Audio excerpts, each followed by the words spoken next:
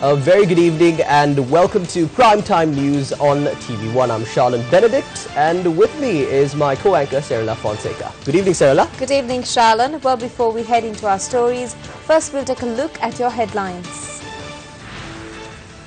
President Secretary seeks instructions from the Attorney General to publicize the bond report. Spanish Prime Minister Mariano Rajoy forced out of office. Minister Harun Fernando appointed as the communications head of the United National Party.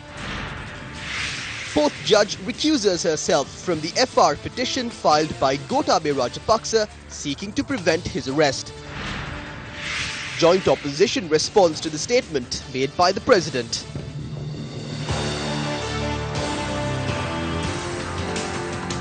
Into one of your leading stories now, President Secretary Fernando says advice of the Attorney General has been sought to release the complete report of the Presidential Commission on the Central Bank Treasury bond scam.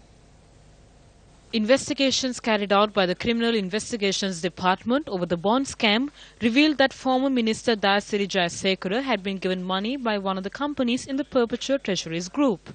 Thereafter, Dayasiri Jayasekara said 118 others had been benefited as well. Some civil organizations and group claim the unpublished documents of the Bond Commission report include the names of those who were benefited. I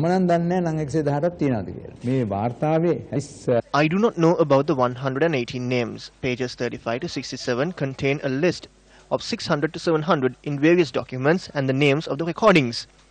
There is no list which claims politicians and individuals were given money by PTL. It has become an issue for me to look into people in the absence of such a list. In certain areas of the Commission report, it is said the Attorney General, the CID or the Bribery Commission to institute further legal action. I cannot speak on certain sensitive material. I requested from the Attorney General and the Director General if it would not be an issue if I make a request from them. I wrote to them on the 18th of January and both responded to me on the 22nd. They said we must proceed with caution without causing an grievance to the case and the investigations. I must act based on what they have to say and not according to what anyone else has to say. I do not understand the sensitivity of the matter. Dayasiri Jayasekara had made a request under the Right to Information Act. He is requesting the details that can fill a Dimo butter truck. I said I cannot provide anything without consulting the Attorney General or the Director General. I have made a request in writing to the Attorney General for advice on the matter.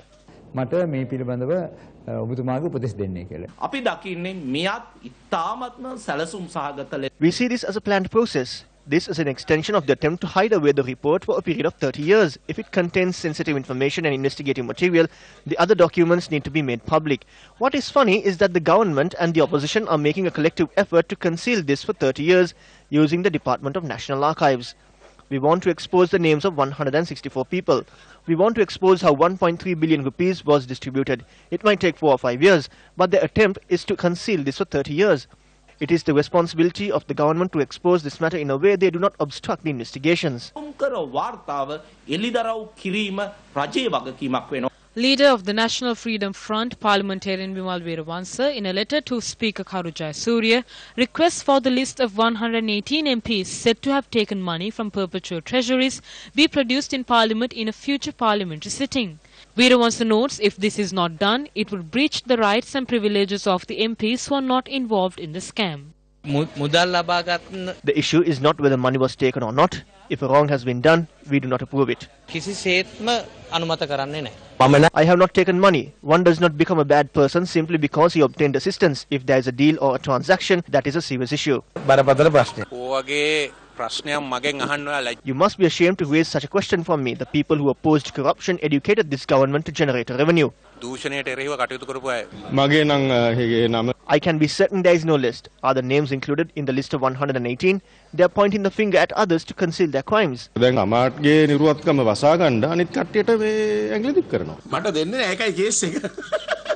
I have never given money. At the elections, people in my hometown helped me. They even bring the coconuts along with 2,000 rupees.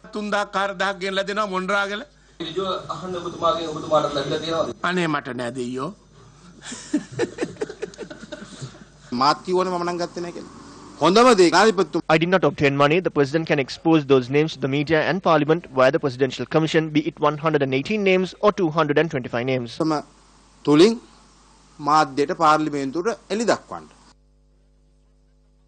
Minister Malik Samaravikrama says he is reliably informed that certain sections of social media are naming members of parliament supposed to have received funds from Perpetual Treasuries Limited or their associate companies or Arjuna Aloysius.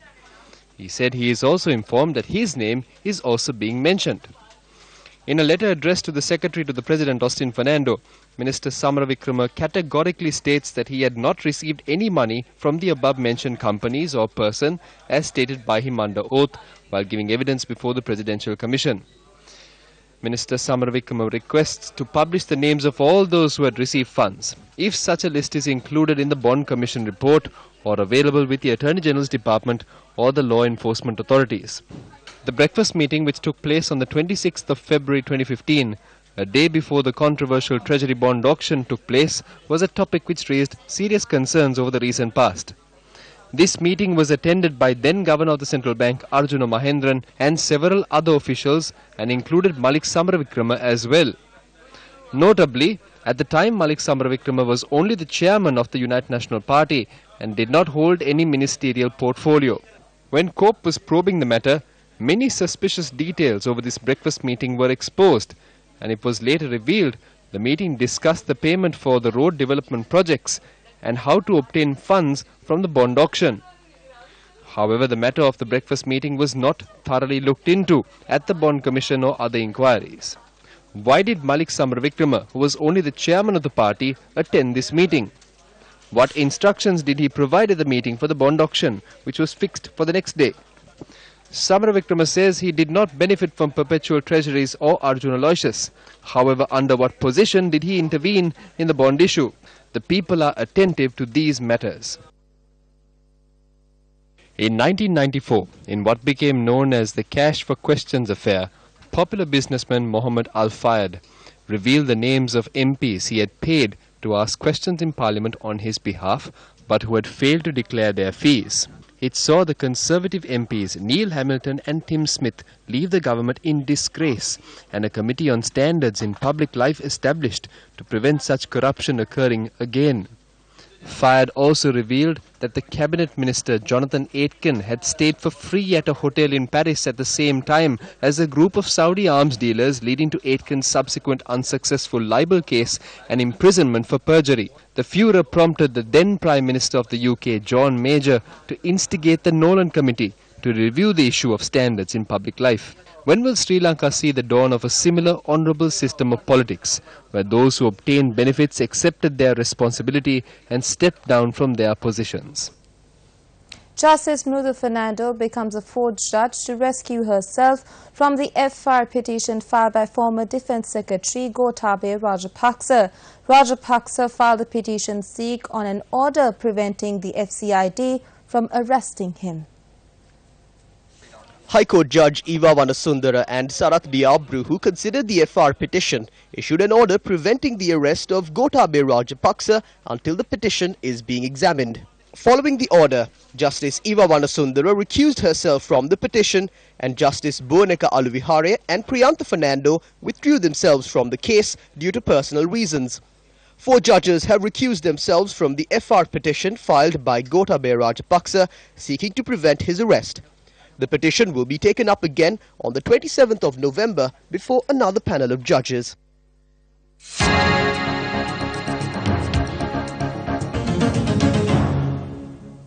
The Randiva representation of 12,000 land deeds to Mahaveli settlers took place this morning.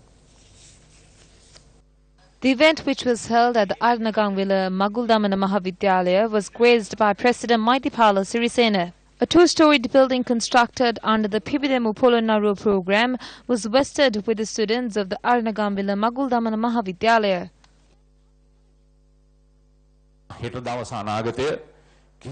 The future of this country will never be an unsuccessful one.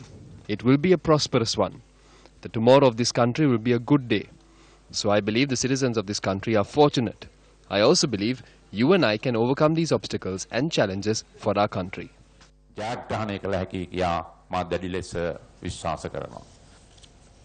Minister Harun Fernando has been appointed as the communication head of the United National Party. Minister Harun Fernando obtained the letter of appointment from Prime Minister Ranil Wickremesinghe at Temple Trees this morning. We appointed Minister Harun Fernando as the communications head of the UNP and the spokesperson for the UNP. This is done based on his commitment. We had the opportunity to put forward a common candidate, elect him as president and establish a government following the parliamentary election win. I hand over this letter of appointment to him today. Minister Harun Fernando expressed the following to the media. The idea was put forward to create a communications unit to address the shortcomings experienced in the UNP government in recent times and the issues in communication. I officially accepted the appointment on Monday. Our program is aimed at the truth. It said that the UNP has buried the truth. We hear various things being said. The truth is our responsibility. It is your responsibility to carry the truth to the people. It is the responsibility of the people to understand the truth. Everyone must understand the truth. The joint opposition issued a letter in response to the statements made by President Sirisena at the commemoration of late Most Venerable Madhuluave Sobhitathera. The joint opposition states the president's speech highlighted the great disharmony of the government, which claims to be a consensual government. The joint opposition says the president's speech contained baseless statements regarding former President Mahinda Rajapaksa, and they categorically reject those statements. The letter notes the allegations which claim former President Mahinda Rajapaksa, after conceding defeat, had left for Madamulana in a helicopter, that he took away all the latest modern security vehicles, and exerting pressure on the Wasim Tajuddin murder investigation are baseless and contain no truth at all. The letter states at 2 a.m. on the 9th of January 2015, former President Mahinda Rajapaksa officially conceded defeat, and it was pointed out to him by the government and opposition constitutional consultants close to him that he constitutionally had the right to issue orders and remain at Temple Trees until the new president is officially sworn in. The letter notes Mahinda Rajapaksa, displaying his mature diplomatic nature, rejected the advice given to him and had decided to bid farewell to Temple Trees by 9 in the morning, even before Maithripala Sirisena was sworn in as president, to ensure there was no impact on national security. The letter goes on to state Mahinda Rajapaksa obtained the facility of the Sri Lanka Air Force helicopters to head back to his hometown and did not seek an approval or inquiry from any officer who had not taken any official appointment until then. The letter adds Maithripala Sirisena was sworn in as president at 6:20 p.m, 10 hours after Mahinda Rajapaksa had officially vacated Temple Trees. Therefore, the joint opposition categorically rejects the attempt made to hint that former President Mahinda Rajapaksa had illegally obtained assistance with regard to the use of helicopters. The joint opposition says the statement claiming to say that former President Mahinda Rajapaksa had taken away a large number of security vehicles at the president's office with him are baseless and untrue. The joint opposition claims the president's statement clearly brings out the power struggle in the present government and the unannounced conflict within the government. United National Party Parliamentarian Exim convened a media briefing today. I personally agree with the statement made by President Maithripala Sirisena. If Parliament was dissolved on the 9th of January 2015 without formulating the 100 days program, the UNP could have won more than 135 seats in Parliament. Then a single party government could have been formed by the UNP. Then the President will not be able to obtain the position of the SLFP chairman. If a single party government was established, the UNP could have proceeded with the Right to Information Act, the 19th Amendment to the Constitution and many more without the assistance of the SLFP. The reason why a majority was not secured was because after the appointment in January 2015, the election was held only in August. If Parliament was dissolved on the 9th of January, we will not be facing this problem today. In that case, I agree with the President. The central bank bond scam would not have taken place if the Parliament was dissolved and an election had taken place. The central bank bond scam took place in March. As the executive president, you cannot say you do not know what's happening. You can overrule. If an official of the government is taking the government in a wrong way, creating deals with rogues, you should use your executive powers. Use your powers and put those corrupt in jail. The Minister of Plantation Industries says the Gazette debanning a certain weedy site will be published shortly. The minister was speaking at the rubber and oil palm workshop for the regional plantation companies organized by the Plantation Management Monitoring Division of the Ministry of Plantation Industries. The popular opinion was that a particular weedicide should be banned. But the industry wanted a different view. They had a different view, and of course my research institutions also supported me on that. So I fought for that. And now we are happy to say that this particular policy decision will be reversed. It has cost the industry 26 billion. Now I think we are getting ready to publish the gazette debanning this weedicide. I always maintained the positive side of weedicide. Despite all the criticisms, I always said one simple thing, and I never took one step back. I always said commercial agriculture needs weedicide. That's all I said. And I'm thankful that the President and the Prime Minister saw the truth of this. I kept on hammering that line. Speaking further, the minister commented on the delegation of duty. Therefore, I would also like to announce to you that the rubber sector, I am devolving the subject of rubber to my State Minister, and we have already gazetted we have already sent the gazette notification. I'm doing this because I believe in devolving decision making to other people also. Doesn't mean I'm absolving myself from the rubber sector. But as a young Deputy Minister, I remember how I was extremely frustrated and unhappy about my role as a Deputy Minister because no functions or duties were assigned to me when I was a Deputy Minister. I took it upon myself to run. I took upon subjects forcefully and did it.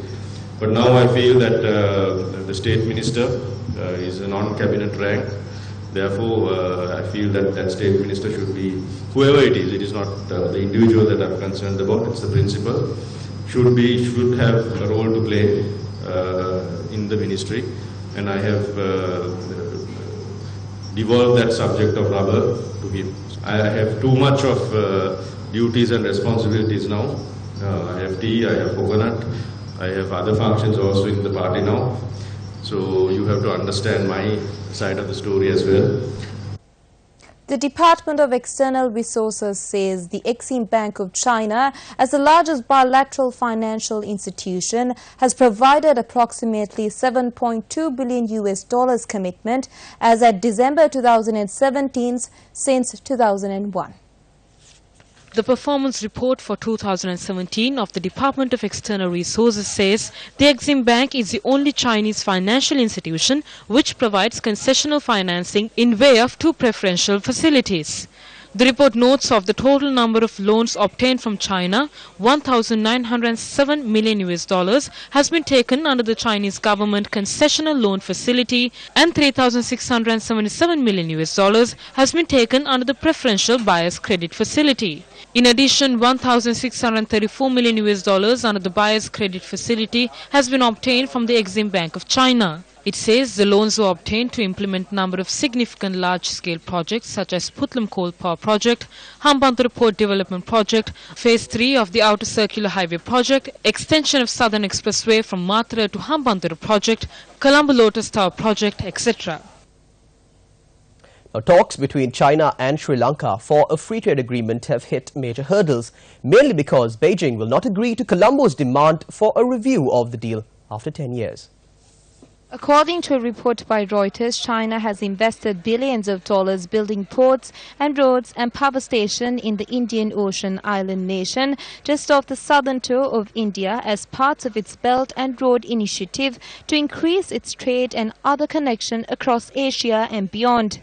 The report states China exports to Sri Lanka dwarf the trade that goes in other directions, leaving Colombo with a big deficit with Beijing. Ministerial-level discussions about an agreement have not been held since March last year. Lower-level discussions between officials have made little progress. The review clause that Sri Lanka wants would allow it to change some of the deal terms if they were hurting the island nation's local businesses. China has been pushing for free trade pacts with countries in the region and last year sealed an agreement with Maldives that drew criticism from opposition political groups in the tropical islands nation. The 74th village constructed under the Samata 7 Yalipibidina Udagamani project was vested with the public today. The event was attended by Minister of Housing and Construction and Deputy Leader of the United National Party, Sajith Premadasa.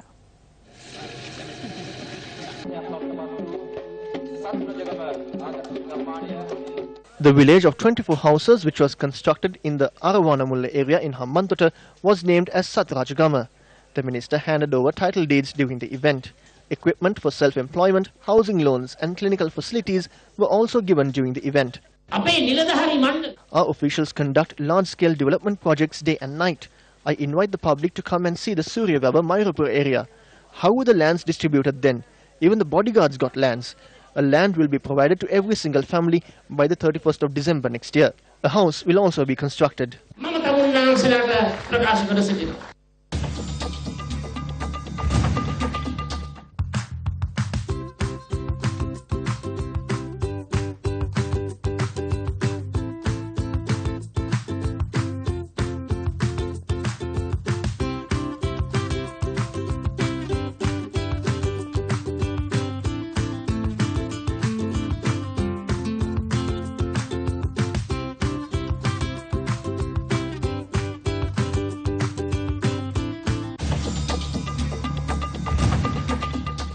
Up next is the Voice of the People.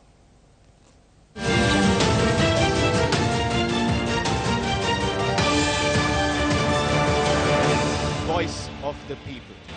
News from across the nation, reported by Newsfirst regional correspondents. The residents of the Angulo village in Dummalasuriya Udubadava, who evacuated their homes due to the recent floods in the area, are still seeking shelter at the Sri Sudarshana Ramya in Dummalasuriya. This is because the flood waters have still not completely receded. It's been 12 days since we got here. We have no facilities. Our homes are underwater. It will be a great help if we can be given some aid to build our houses at a higher level. The residents of Bundalasiriya Gama in the Hambantota district are facing issues owing to the spread of a plant known as hambu. Area residents claim that they suffer breathing difficulties owing to the spread of the plant's seed through the air. Residents had resorted to putting up nets to minimize the effects. This hambu flower has affected the lives of the people of this village for about 5 years now. We informed the relevant authorities since 2016 and we have still not received a response. The council has spent a certain amount of funds and came here to renovate this tank. This resulted in an increase in the spread of this plant. The situation is such that we can no longer stay at our homes with our children. These go into the eyes of our children. We can't wash and dry clothes. We can't stay inside our houses at all. We can't even sweep our houses. The situation in the area is such that it prompted the closure of the preschool for the students of Syria Gama. This is the Galambindunu River. Although this reservoir is filled with water, it's been 2 years since it was used for agricultural purposes. The supply of water to the paddy field is obstructed by a certain construction, and following a dispute between a group of locals, the officers of the Agrarian Services Centre in the area have suspended the supply of water via the waterway. The farmers seek the reopening of the water which was closed due to an issue among a few. They claim opening the waterway would nourish hundreds of acres of paddy land.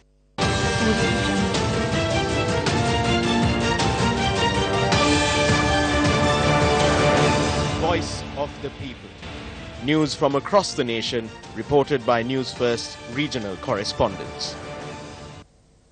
A protest was staged in Ariyankulam, Mulathivu against a sand racket that's been taking place in the area. A correspondent said 30 acres of the Ariyankulam forest has been destroyed due to this sand racket. The protesters charged the sand racket, which is taking place for the past few months, is conducted by businessmen from other areas. They also said the businessmen had given money to the locals to prevent them from voicing their objection. The Mullaitivu District Secretary Rupavati Kedisuran said the necessary steps will be taken following an investigation.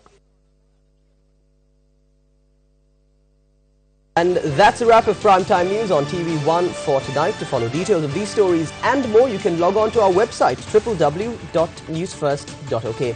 I'm Charlotte Benedict for the Newsfirst team. And I'm Cyril Fonseca. Good night. Take care. Good night. God bless.